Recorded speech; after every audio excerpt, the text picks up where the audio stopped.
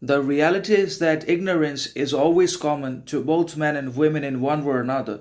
Being ignorant can be normal or typical, but staying ignorant and choosing not to learn from one's ignorance, not respecting the extent to which one is ignorant, that can be a serious problem on a collective, societal, and external basis, which we have already become, because not only could we not make the unconscious conscious, we could not integrate our shadow and confront our inward darkness and recognize, acknowledge our internal evils or basically traumas either. And we're also significantly and highly conditioned, controlled, enslaved by all the external entities, outside authorities, tyrannical powers, societal dictates, and malicious forces to be a certain way, to slavery, mediocrity, pride, vanity, and mutual competition and comparison.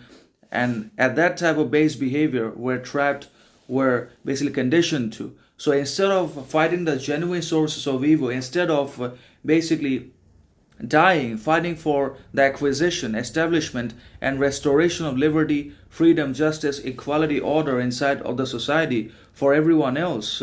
We're fighting and rivaling against each other for status, for success, money, education, etc. Because that is what we're told and trained to do by the modern education system, family, society, politics, whatever you want to call them, all of which is a construct and institutional control in one or another. So ignorance might be common, but not learning from one's ignorance, staying ignorant and choosing always ignorance, pride, vanity, pretense, stupidity, and delusional behavior, which the modern people have chosen and addicted to, has led to not only self-obsession but also tremendous normalization and worship and embrace of stupidity, comparison, rivalry, pride, vanity, competition inside of the modern society from both men and women's behaviors, actions, habits, which has killed the scope for critical thinking and eliminated individuality, authenticity, and neutralized independent mindset, because it's all controlled and conditional behavior